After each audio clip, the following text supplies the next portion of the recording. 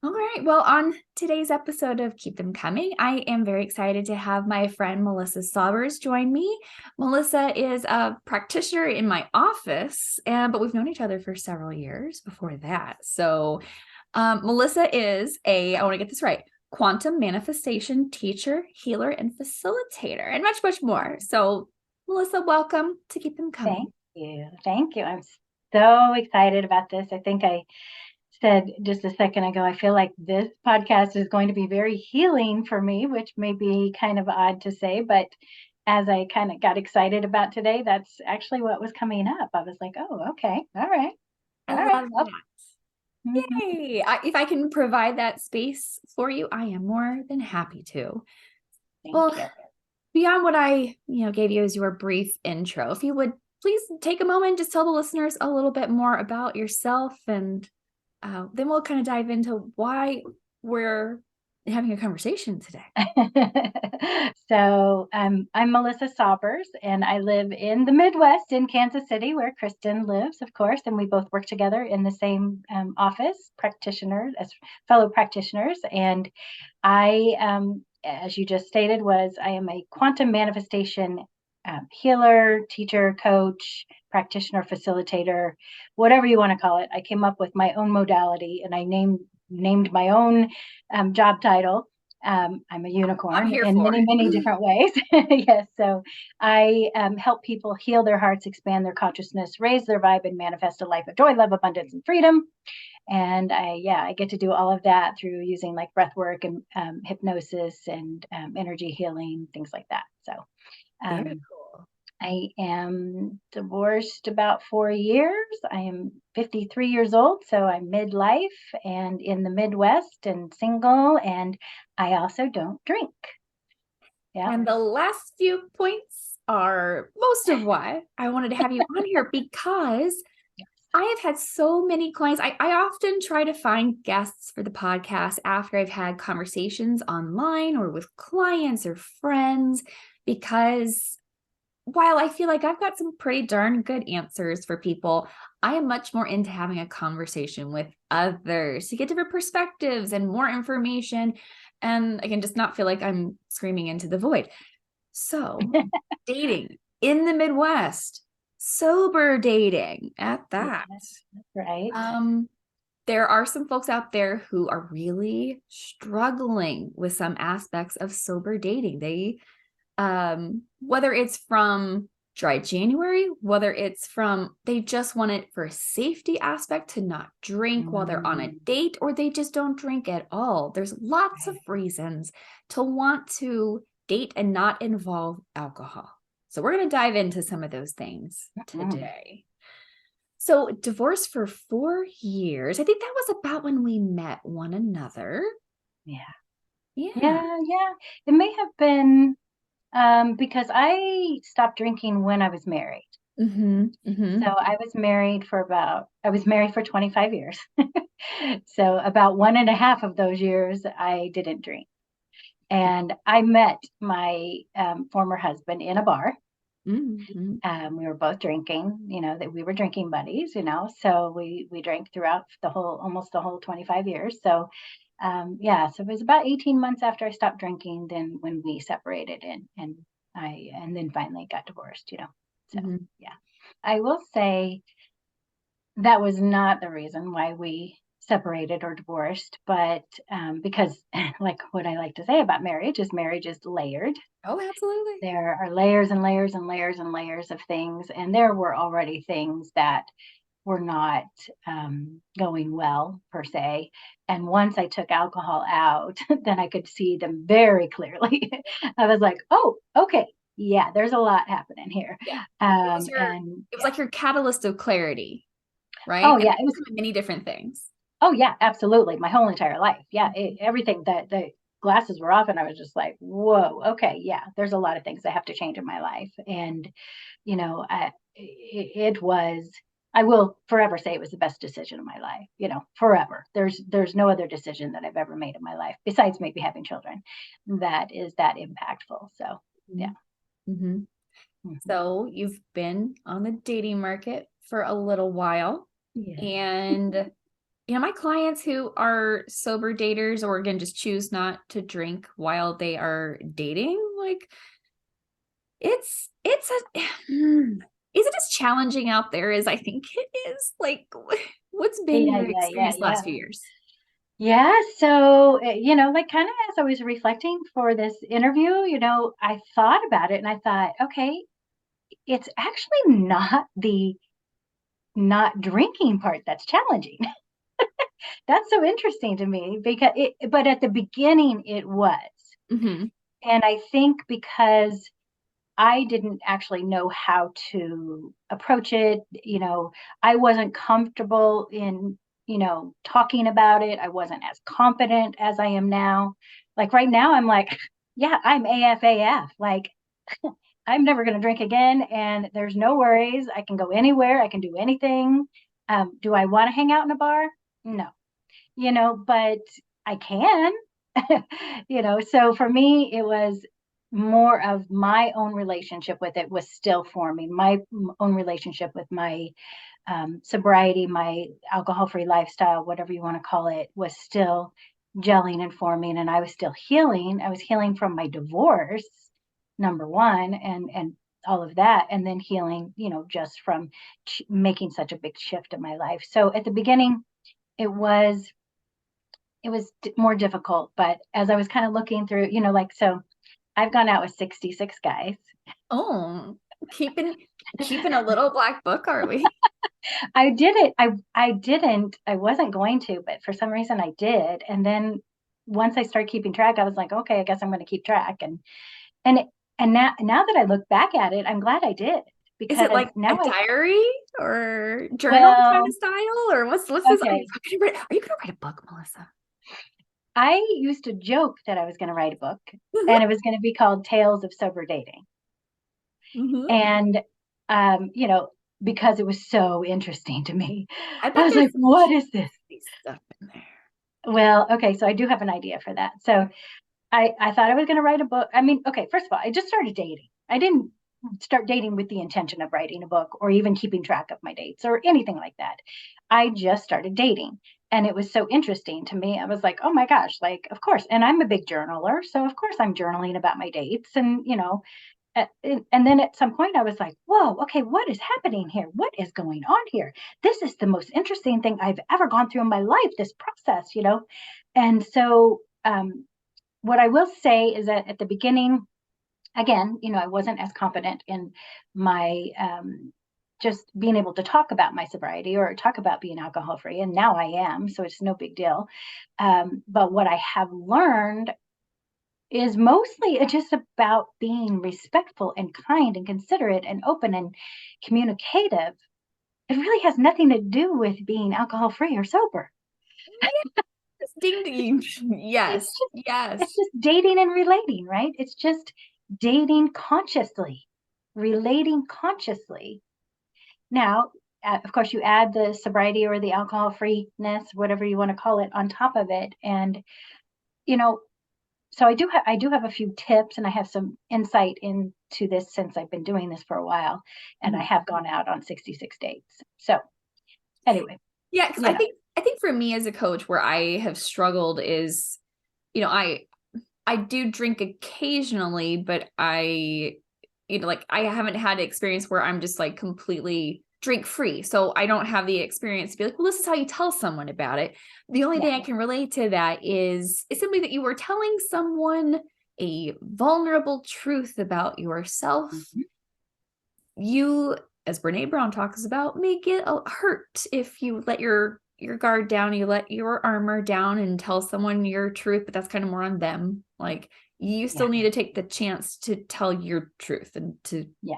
say what's going on. And it does get easier and easier each time you Oh talk yeah, about this, I think. But like where I think I also really struggle is Kansas City has a very alcohol focused lifestyle for yeah, social gatherings, get togethers. I mean, I don't go to football games because of the alcohol culture that they've got there with the tailgates. yeah. I find it quite dangerous as a woman, in fact. There's plenty of restaurants that happen to have a bar, but in the wintertime, I struggle.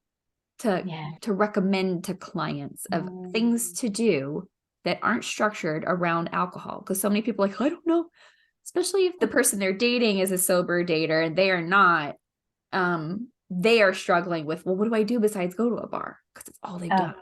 So I know. that is definitely something like I want to brainstorm with you today. Oh, I've got 2 pages. Oh, good Lord. Yes, that's what I need. That's what I want. Because I've given a few. But I need some fresh stuff. And since you're out there experiencing this, and again, the listeners that are listening to this need to know. And some of these things might be specific to Kansas City, certainly, but some of these things will be very generic that you can find in almost any region. Yeah. So So I'll tell you my ideas. I think first of all, as I was writing this list, I thought, you know what, this really isn't about trying to find places that you can take a sober or alcohol-free date. These are just basics of just creative, out of the box, different than going to a bar kind of dates. That's all it is. And it is about using your creativity, about finding common interest, maybe hobbies or something to learn or something active or creative, sharing a new interest, being active or having an activity. It's just going slightly out of the box of the default, let's go have dinner or let's go have drinks. And that's one thing that I'll just talk about the dating app for a second. Like, many of the apps have the option to put whether you drink or not, or how much you drink, right? Right. And except for, unless you're going on Tinder. Tinder is just a free for all, right? for many things. So I don't want to talk about Tinder right now because it's a hot mess over there, in my perspective. No, you're right. But, you're right. You're right. Right. So, but let's take it about like Bumble. I'm not sure about Hinge, but I know Match and some of the other ones, they have that option, right? And so when you see that somebody says that they are sober or they never drink, then, we can talk about how to approach that. I have ideas for that. And then we can talk about the dates. So I don't know which one you want to do. Yeah, let's dive into some date ideas for sure. Because that's the thing that I'm like, I racked my brain and I feel like I have such a small list. Oh, yes. Yeah. But you're going to give me some fresh stuff, I'm sure. Okay. Yes. So I was thinking about like what were my most fun dates that I've been on. One guy he planned a whole picnic at the Nelson Lawn. Obviously it's winter, we can't do that, but that was like one of the best dates and that was a first date. And I don't really think like for a first date you have to do that. I think a coffee date is fine for me. I think that's fine. But that was like one of the best dates I ever had. I was so impressed. He was so thoughtful. He thought about every single thing. We ended up having a picnic on the lawn. It was a beautiful, gorgeous day. We were in the sun. We had cacao. We did some yoga. I mean, it was just a really nice date.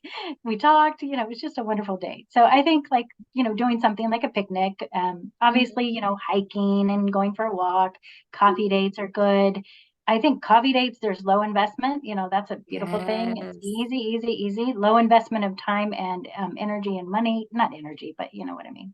Let's talk about that one. That has been the primary one that I've recommended for people, because especially for folks who have been dating for a while and they're getting so burned out on first date after first date after first date, like just go for coffee. It's casual.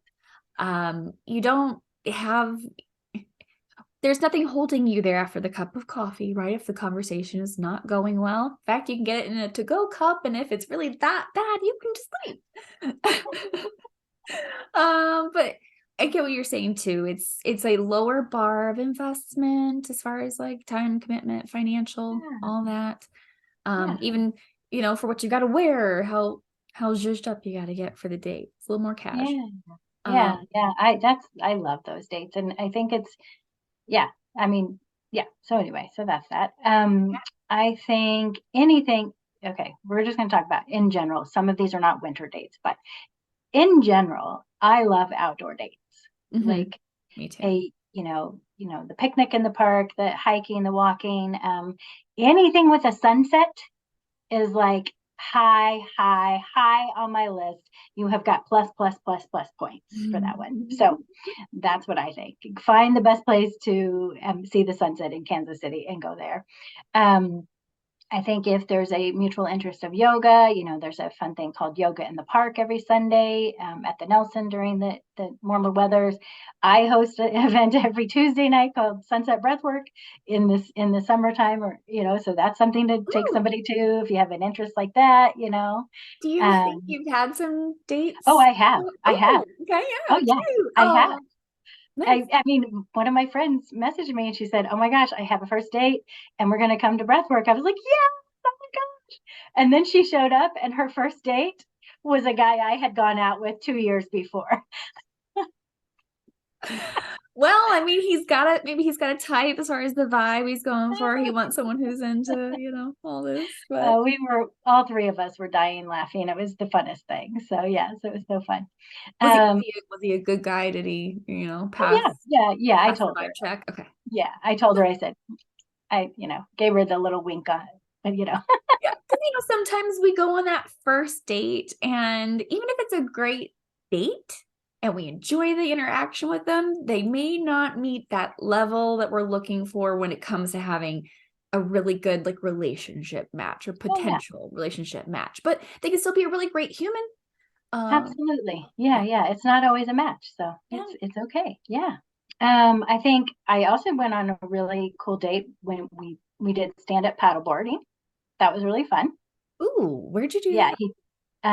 that was like Lake Lenexa, I think. Oh, okay. Yeah, so Okay. he had two stand-up paddleboards and we went and did that, and he brought some tea. He brought some tea for me. And so we sat and we paddle boarded and then went off to the side and sat and drank some tea and just chatted for a little bit and then paddled back. So that was a really sweet date.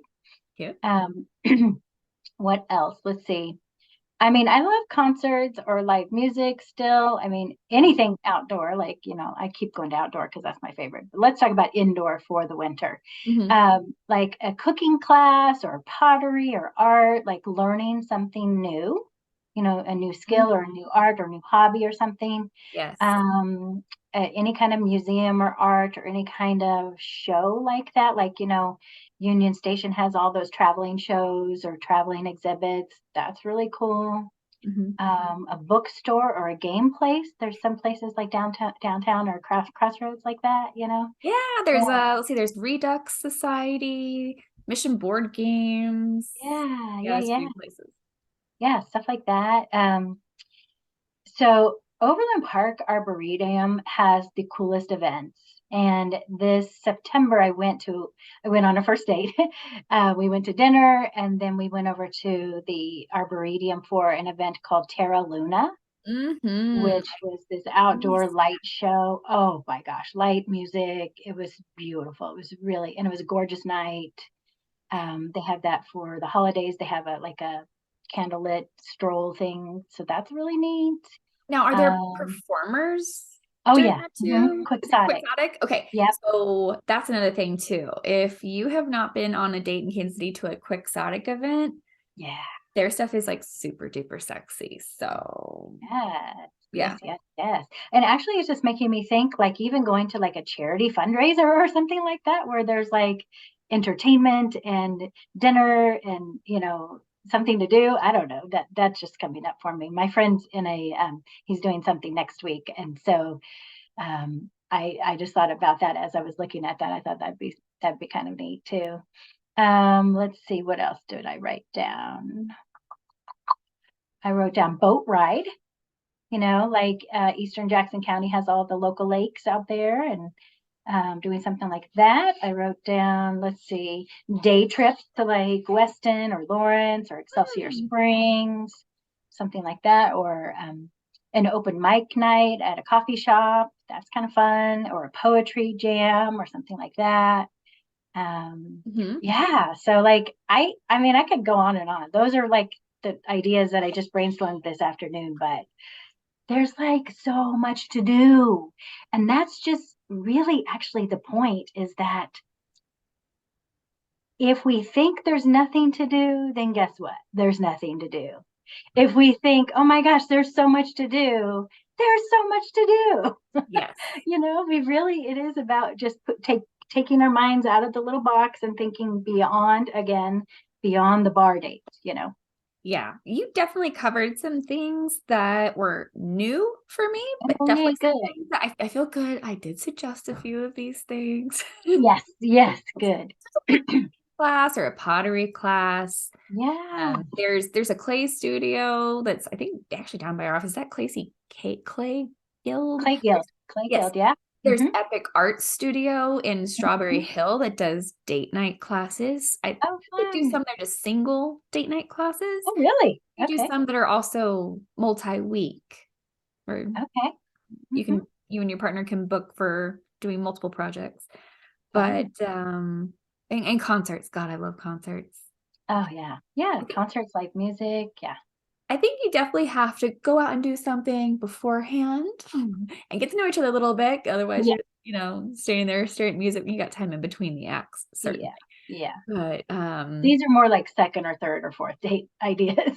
A lot of yeah, these start are. with Some of start with them the are. coffee date. Start with the Yeah. go for a walk around Union Station in the winter time if you need to. Mm. Um, I I'm curious in your dating experience, since you have been journaling and keeping track of things, do you practice, or maybe you found like a difference in when you do this versus when you don't? I don't know. Do you practice trying to have some sort of an interaction with people? I mean, as outside if you met them in person, but if you met them on a dating app or got an introduction, do you try to have something like a phone call or a video chat with them before you go meet with them for an in-person date? I would love that. Let me just say that it has not always happened. And the times that it has happened, I have truly enjoyed that. Um, I think my last date I went on was let's see, I was dating a guy in like November, December. And so really my last first date was in September. So, and that was a person that I knew from my real life. So it's been a while since I've been on the dating apps, honestly. And if I, or when, possibly when I start up again, I think that I am really going to not like require that, but really encourage that, because there is a reason why I went on 66 dates. 60, without 66 guys, or with 66 guys, because I said yes. Mhm, you know mhm. I get asked out very easily, and I'm not the only woman in Kansas City or in the dating world that does. Like, I mean, people ask you out pretty quickly because that's the purpose of the dating app, is to meet people, right? Yes. And so, yeah, and so I'm a pretty open person, and especially at the beginning I was just like, oh my gosh, this is like a super cool way to meet people, and oh my gosh, like, okay, yes, yes, yes. So I would say yes a lot, and would have a lot of coffee dates, and um, there'd be a little bit of back and forth, exchange on the dating app, talking, and then eventually, meeting for coffee. So, but what that did do is I probably went on a lot of dates that I shouldn't have, because we really didn't have enough, if neither one of us really had enough information before we met. And Mm. so what you're saying about talking on the phone or, video chatting before, I think is a really good practice to really hone down, narrow down, and really get to know each other a little bit more before you have the first date. So I'm going to take that as my my reminder to do that when I get back on the dating apps, if or when I get back on There the you go. dating. There's your free date. Even if you got an introduction to somebody, like you might still need to use that. But yes, that's my free dating advice for you and the listeners today is the like if you can have a good spontaneous conversation with someone by phone or video chat before you go for an in-person date, or even just for 10 or 15 minutes, they pass that vibe check, they're probably going to be pretty cool in person. Yes. Because like there were probably times we've all had it when we don't filter. We show up for the date and 10 minutes in, we're like, oh, I don't want to be here. Yeah. Yeah. So there you go. Hopefully, I would rather have more quality dates than more quantity of dates. Mm, So I think that is one of the things to help prevent that dating burnout is just filter them out a little bit more before they get the luxury of your in-person presence. Yes. Right? Solid advice. Yeah. Solid advice, Coach Kristen.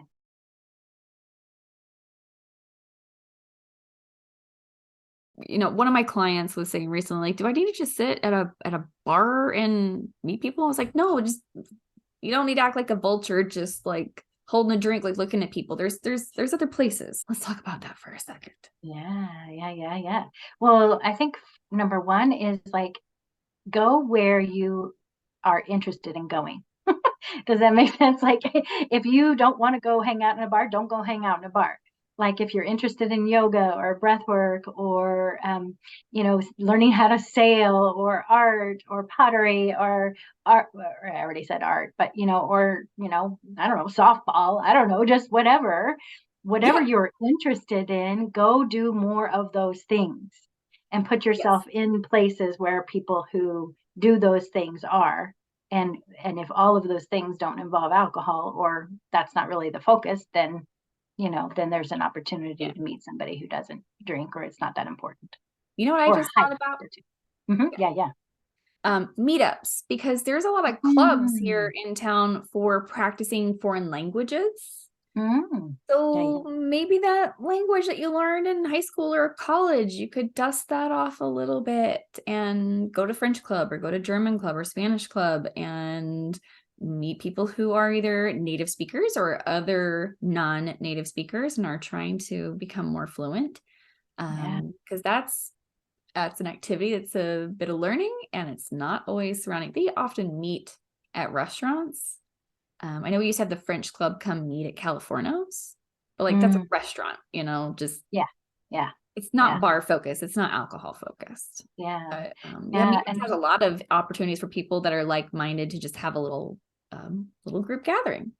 oh yeah, Meetup is a great option. There's also a company in Kansas City called Sip Steady. Ooh. And there used to be one called Sands Bar Kansas City, which I used to run. But Sip Steady, they're starting to do little alcohol-free pop-ups. And so they have all kinds of really cool non-alcoholic drinks, and it's in a social setting and a very, not upscale, but high vibe adult setting. So like something like that would be really fun. Mm-hmm. Good ideas. I also think that sometimes going to this is kind of like maybe getting into the nerdy side, geeky side, whatever, but going to say like a lecture, maybe an author is in Mm. town, Yeah. that's doing the Yeah. lecture series Mm, or uh, different concert series that are traveling around in town. mm. Some of the theaters and different organizations like the Folly has it, the Lyric Opera has it, the Kansas City Ballet that you can join. The Nelson has it too. Join Yeah. these clubs or join these Yeah. membership groups. It is a donation. You get something, off your taxes for that. But also you're supporting art in the community and you get Mm. tickets to different events. So those could be good Mhm. places, not just to take a date, to go meet people who, as you say, are like-minded. Yeah, or like volunteering. That's a great one. Go Volunteering. if you're building a house for Habitat for Humanity and you meet somebody there that really strikes your fancy, like you're probably gonna hit it off Mhm, because, mhm. like, yeah, Yeah, your heart is sort of in the same place on those things. Yeah, good yeah, one. What yeah. else? What else we got? Like business networking things. I mean, you might meet somebody. And some of those have alcohol though, but yeah, or yeah. The evening ones, oftentimes. I've rarely been to a morning one that had mimosas, but it has happened.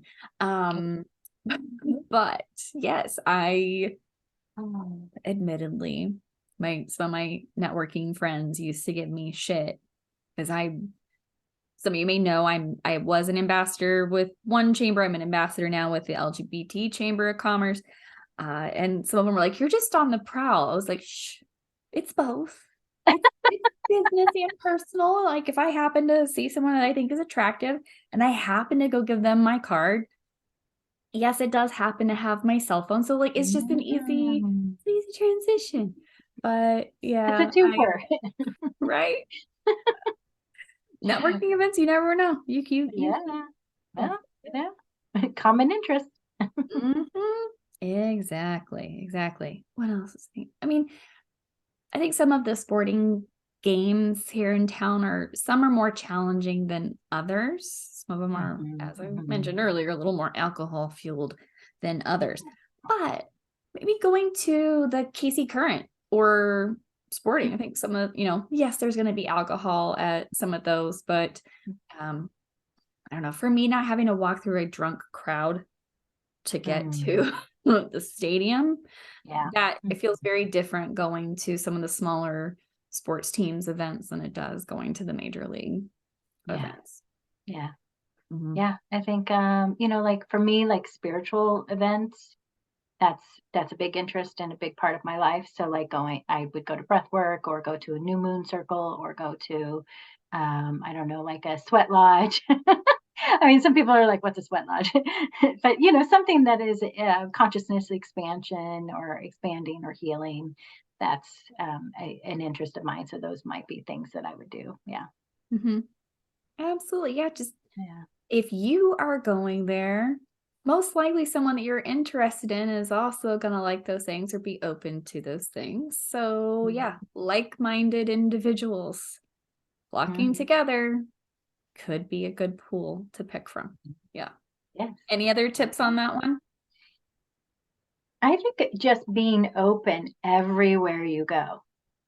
You go to the coffee shop, you're waiting for your coffee, don't look at your phone the whole entire time. Yes.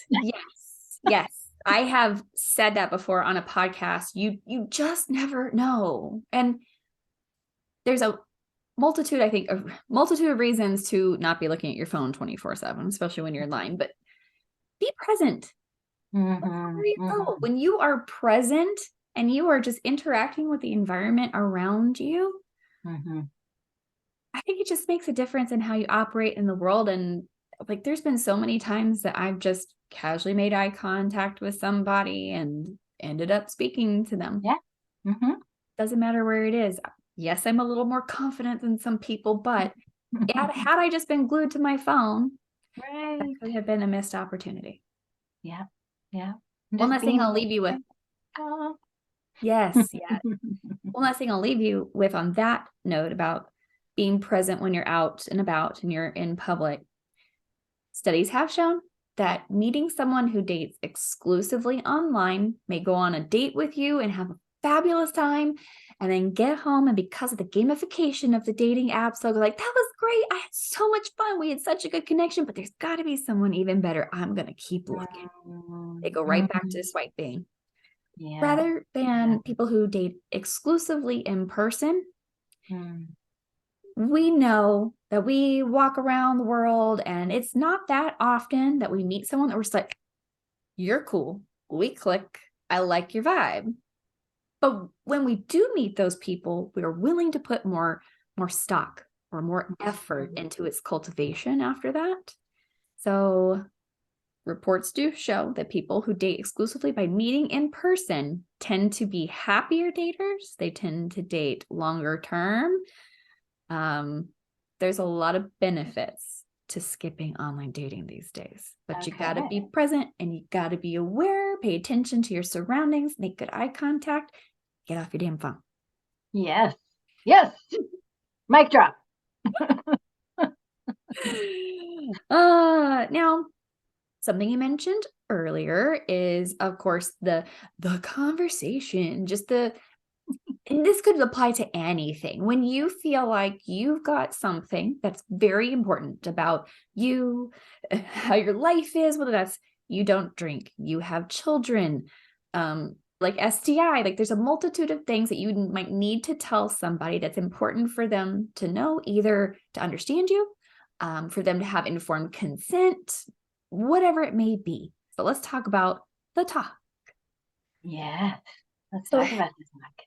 you mentioned that early on, of course, it was a little bit more challenging and that it's gotten easier and easier and it's just become a part of something that you discuss. But Mhm. tell me a little bit more about what that was like. How did you make that shift from oh, how do I talk about this to?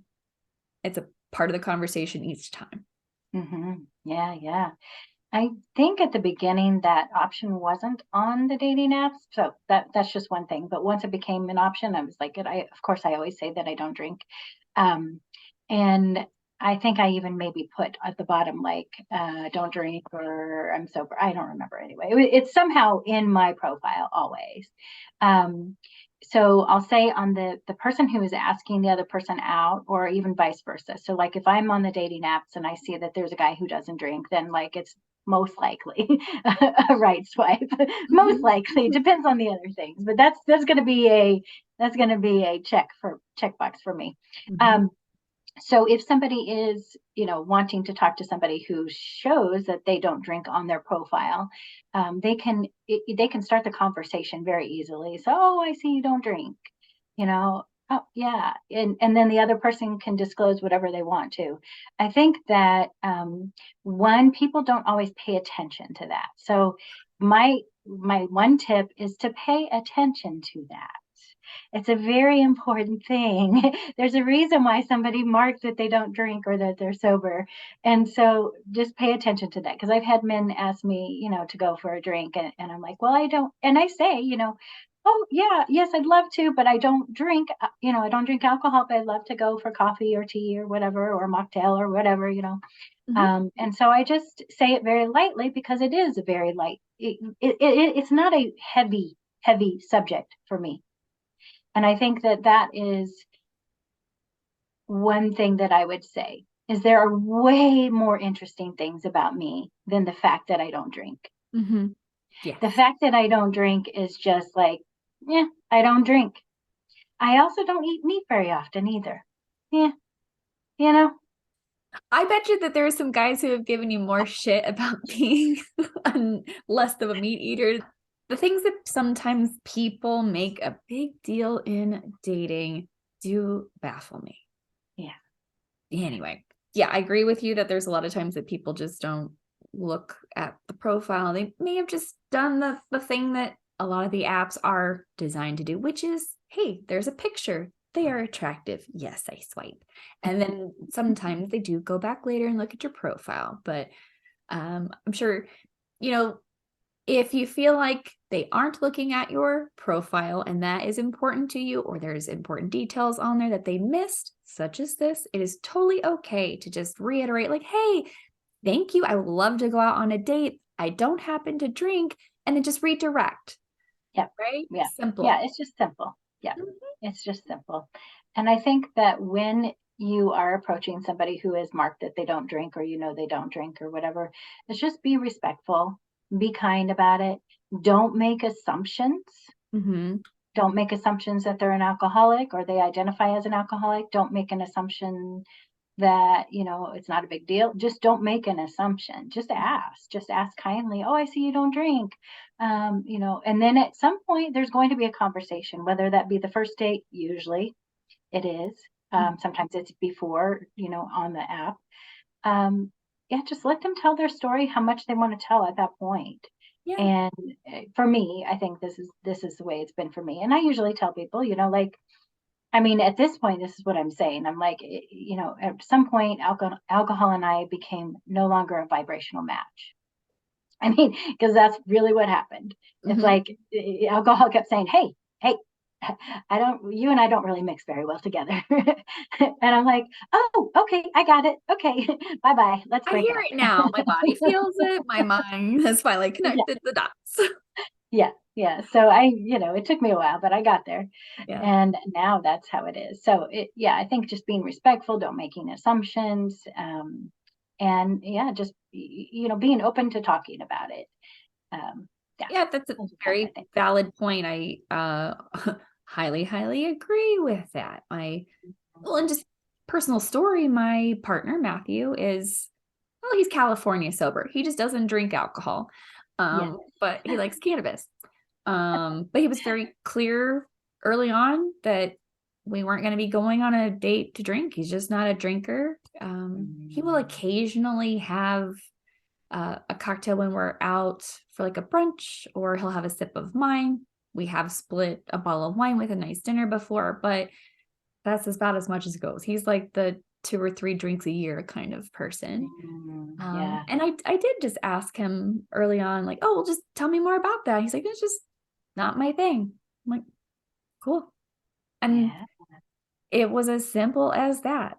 Yep. So don't be afraid to ask people questions to understand more about when they give you that initial, hey, here's my thing. Yep. Cool. Let me ask you more so I can understand and get clarity and see what the full picture is like. Yeah. Yes. All right. What else you got to lay on me there that you've learned from your dating adventures?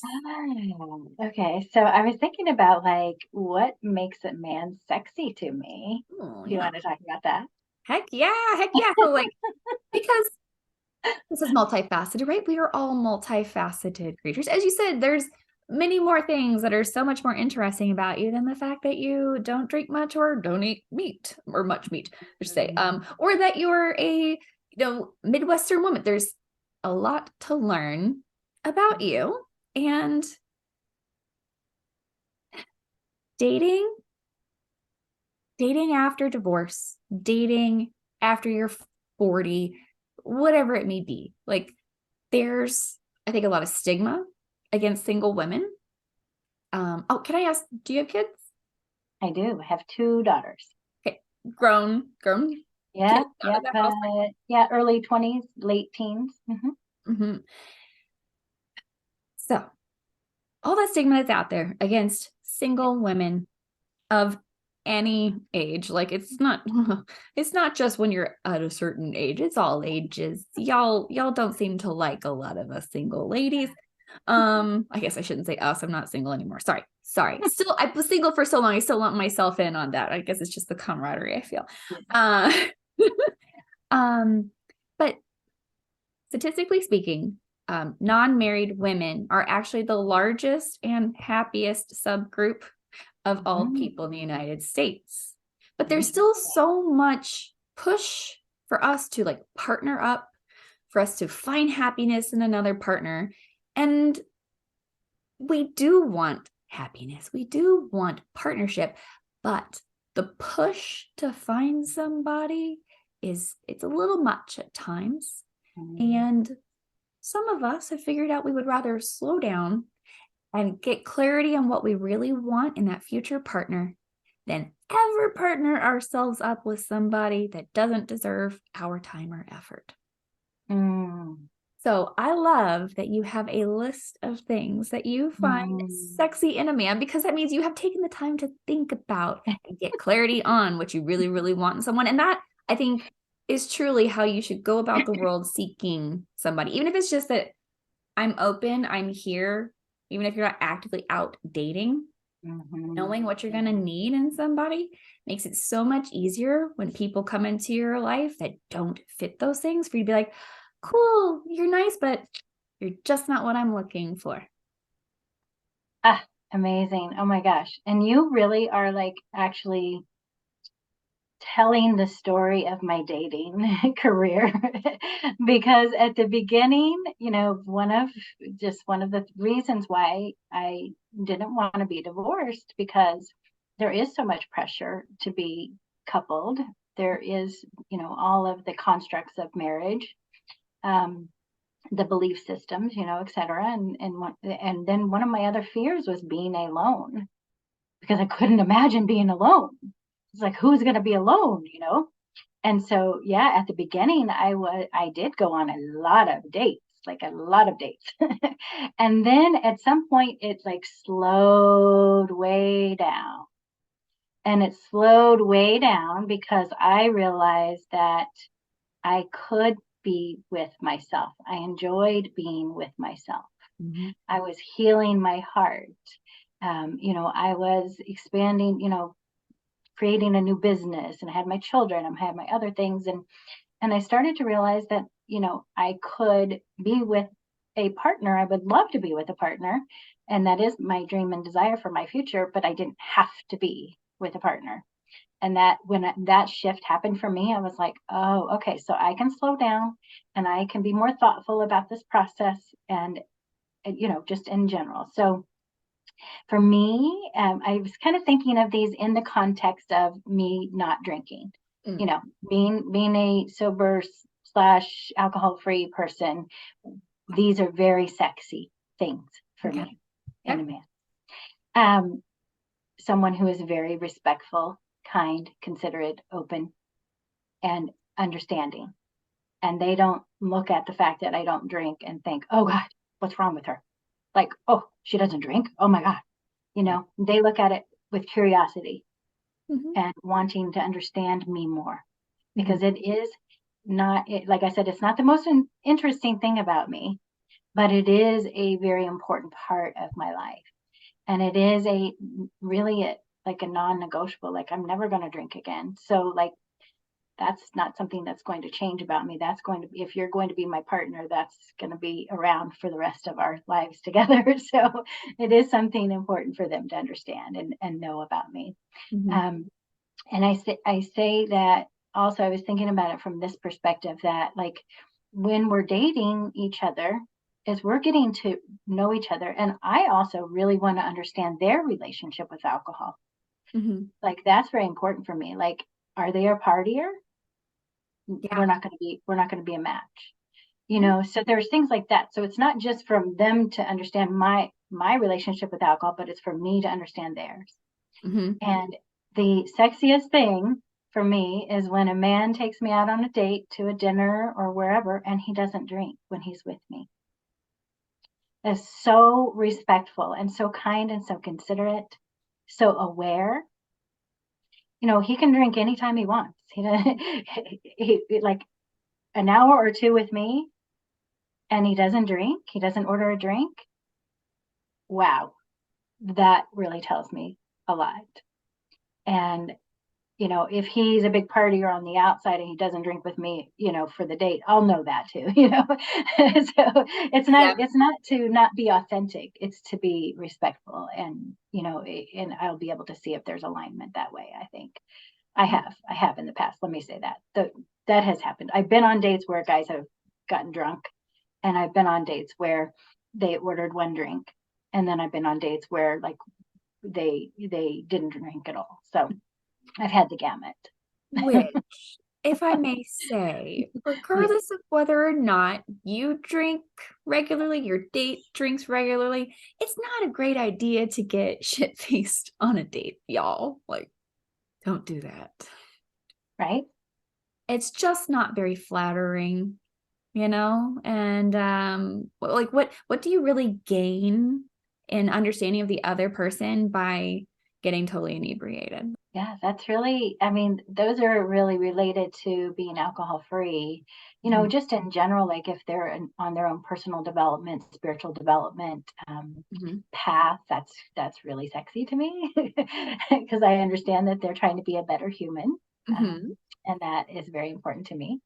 Now, like, not to say that this is the only path to self-development, but one of the things that I often used was, have they been to therapy, or are they at least a proponent of it? Have they, you know, have they got some self-awareness around that stuff? Or if they kind of poo-poo that stuff, if they're like, my spidey senses start tingling if you talk about growth and self-development like that. Because as you mentioned earlier, that curiosity, therapy, personal development, that's all about being curious about yourself and trying to understand more about how you operate and how you operate in the world and how you treat others. So curiosity, I think, ties into that one. It's a good one. Yeah. Well, and especially if you've been divorced or been in a long-term relationship and you know, broken up, there's obviously things to heal there. I mean, on both ends. It doesn't matter who, you know, there everybody had a party to the breaking up. You know? Yes. Something that I often talk about with usually it's the singles, like I'm catching them after the divorce, but it's not always. But the idea of Ho'oponopono, you're familiar with it. I'll tell the audience quickly about it. It's the Hawaiian art of reconciliation.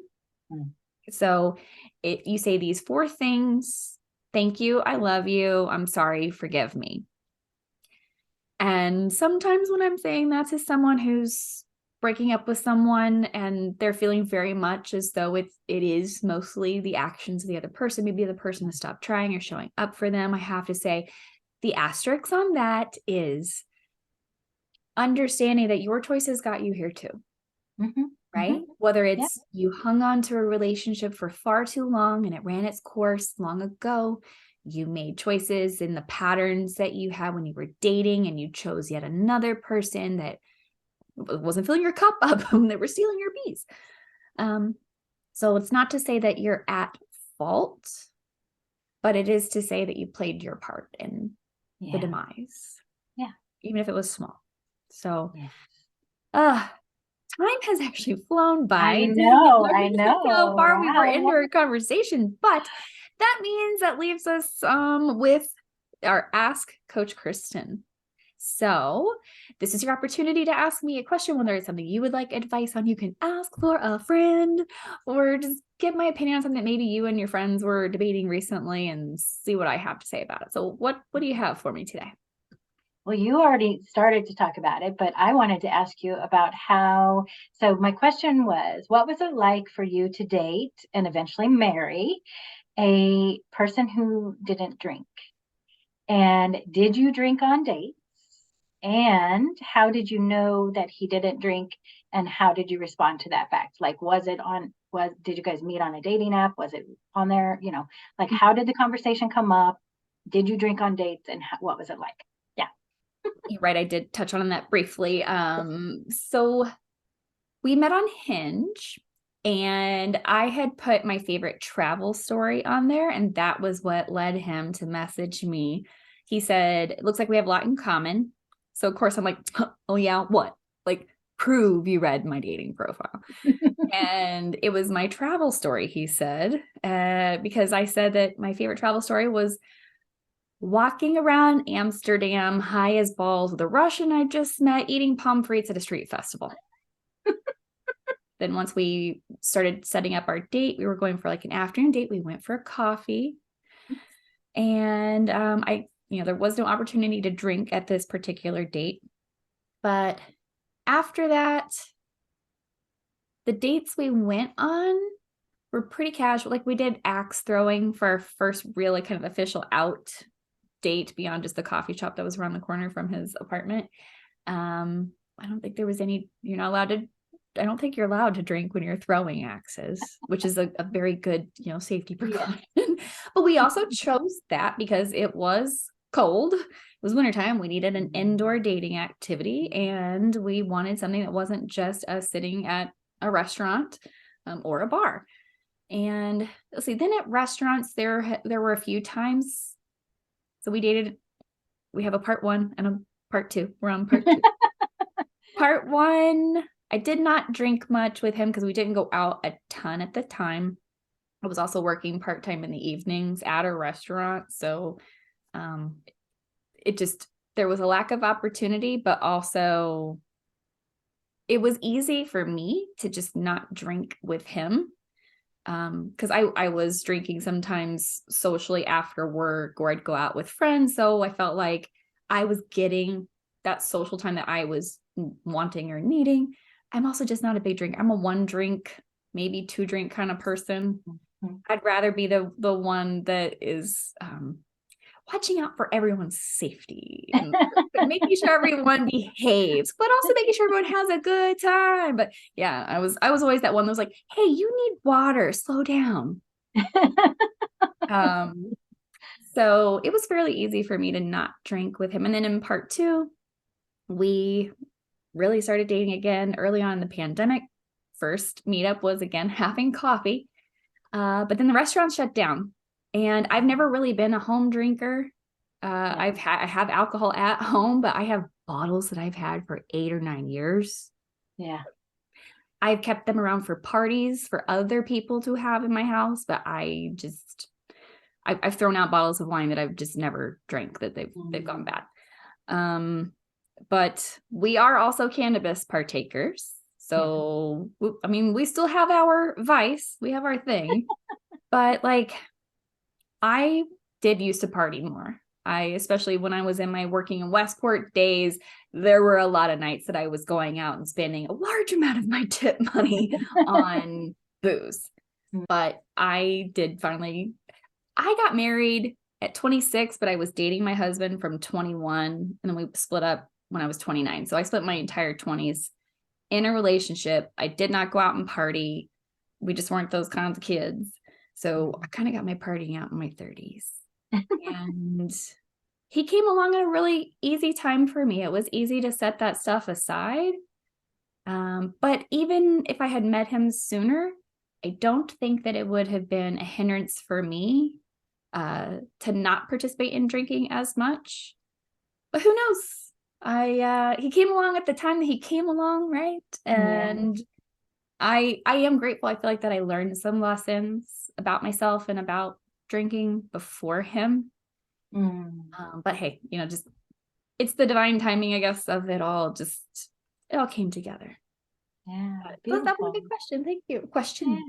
Yeah, thank you for sharing that. I was like, what could I ask her? And then I was like, oh yeah, that's right. Yeah, so Yeah, it's just never really been his thing. yeah, that's that part of being respectful and just understanding that that's not the most interesting thing about him. Exactly. Well, I married him, right? Yeah, that's right. Okay, well, now it's your turn. Melissa, again, I'm so appreciative of you coming on today, giving the listeners some wonderful ideas for some sober dates.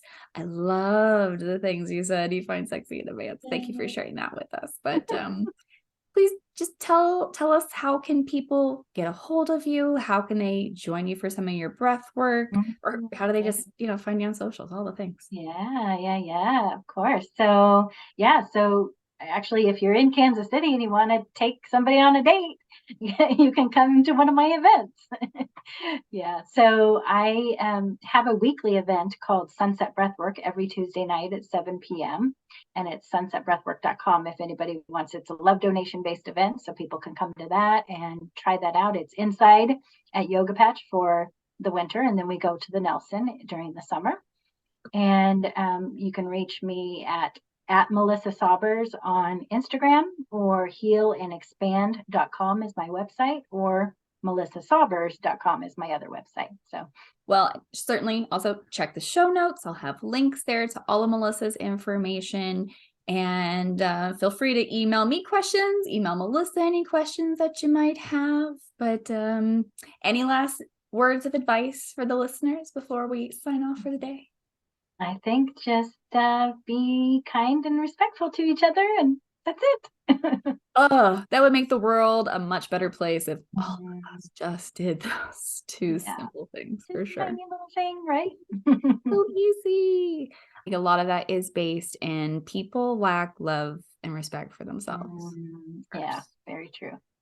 So if you can give yourself a dose of that first, a little bit of compassion maybe sprinkled in there.